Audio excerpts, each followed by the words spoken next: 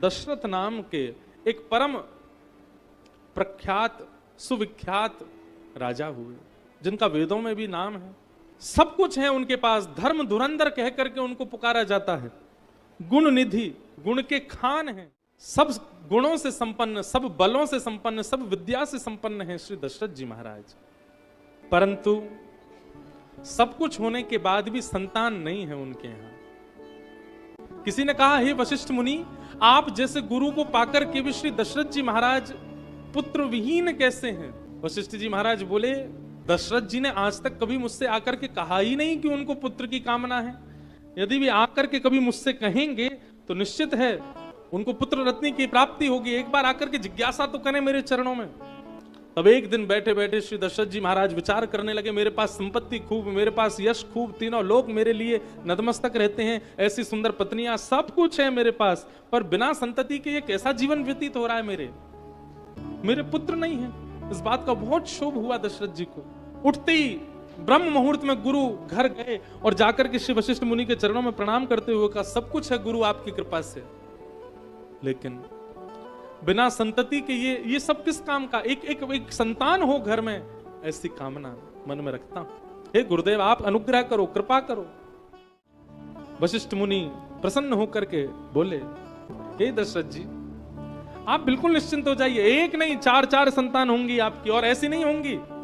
त्रिभुवन विदित, त्रिभुवन में उनका नाम होगा। भक्तों के भय को हरण करने वाले ऐसे 4 संतान आपके यहां होंगे। अब आपने आकर के मुझे कहा है, मुझ पर सौंप दिया है, अब मुझे करने दीजिए।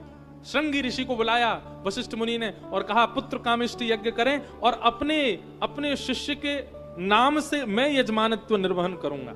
श्रृंगी ऋषि ने आकर के पुत्र कामेष्टि यज्ञ प्रारंभ किया और श्री दशरथ जी का नाम गोत्र लेकर के स्वयं वशिष्ठ मुनि बैठे हैं यजमान बन करके। अग्निदेव प्रकट हो गए, यज्ञ नारायण प्रकट हो गए, प्रसन्न होकर के प्रकट होकर के हाथ में चारू लेकर के, खीर लेकर के प्रकट हुए। वशिष्ठ मुनि ने तुरंत इशारा किया, दशरथ जी ने उस अग्निदेव के प्रसाद को लिया, स्वयं केवल सूंघा और सूंघ करके तीनों पत्नियों को भाग बांटा। कौशल्या जी को बांटा, कैकेयी जी को दिया, सुमित्रा जी को जैसे दिया, सुमित्रा जी का चरु लेकर के एक पक्षी आकाश में उड़ गया और वही चरु ले जाकर के अंजनी मैया की गोद में डाल दिया। वहां अंजनी मैया महादेव की प्रार्थना कर रही थी। महादेव प्रसाद मान करके अंजनी मैया ने वो चरु पा लिया और अंजनी मैया के गर्भ से अनंत बलवंत श्री हनुमान जी महाराज का प्रादुर्भाव हुआ। बोलो हनुमंत लाल की। अब यहां तो बड़ी विडंबना हो गई।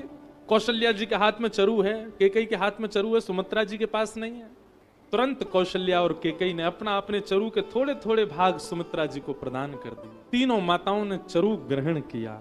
जैसे ही चरु का सेवन किया तो कहते हैं, जिस प्रकार भोजन करने पर पेट भर जाता है ऐसा अनुभव होता है, ऐसी माताओं ने जैसे ही चरु ग्रहण किया, चरु ग्रहण करते उनको अनुभव होने लगा कि हमारे गर्भ में संतान आ गई है, बालक उद्दीपन हो गया है। कौशल्या मैया का रूप, कैकेयी मैया का रूप, सुमित्रा मैया का रूप अत्यंत सुंदर होने लगा।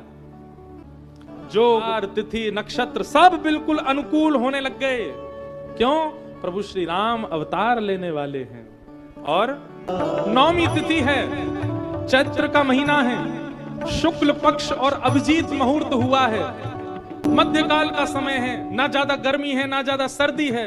और उसी समय कौशल्या मैया के भवन की ओर से दौड़ी दौड़ी एक दासी आई है, महाराज दशरथ बधाई हो, बधाई हो, बधाई हो, कौशल्या मैया के यहाँ एक लाला ने जन्म लिया है।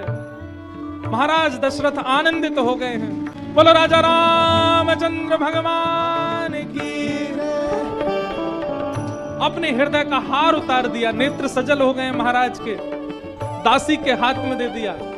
उसी समय कैकेयी मैया के भवन से दौड़ी दौड़ी दूसरी दासी आई, महाराज बधाई हो, बधाई हो, कैकेयी मैया ने भी लाला को जन्म दिया है। महाराज दशरथ ने अपने हाथ का एक कड़ूला उतार करके दिया, बधाई हो। तभी सुमित्रा भवन से एक नहीं 2 दासी दौड़ी दौड़ी आई और आकर के बोली, महाराज बधाई हो, बधाई हो, सुमित्रा रानी ने 2 बालकों को जन्म दिया है। आहा, पूरे अयोध्या में आनंद होने लगा, बधाई की लहर छा गई। ब्रह्मलोक में बैठे हुए ब्रह्मा जी नृत्य करने लगे, शिवलोक में बैठे हुए भगवान शिव डमरू बजाने लगे, तांडव नृत्य करने लगे, सब जगह आनंद होने लगा है। क्यों? प्रभु श्री राम का अवतार हुआ है। बधाई हो।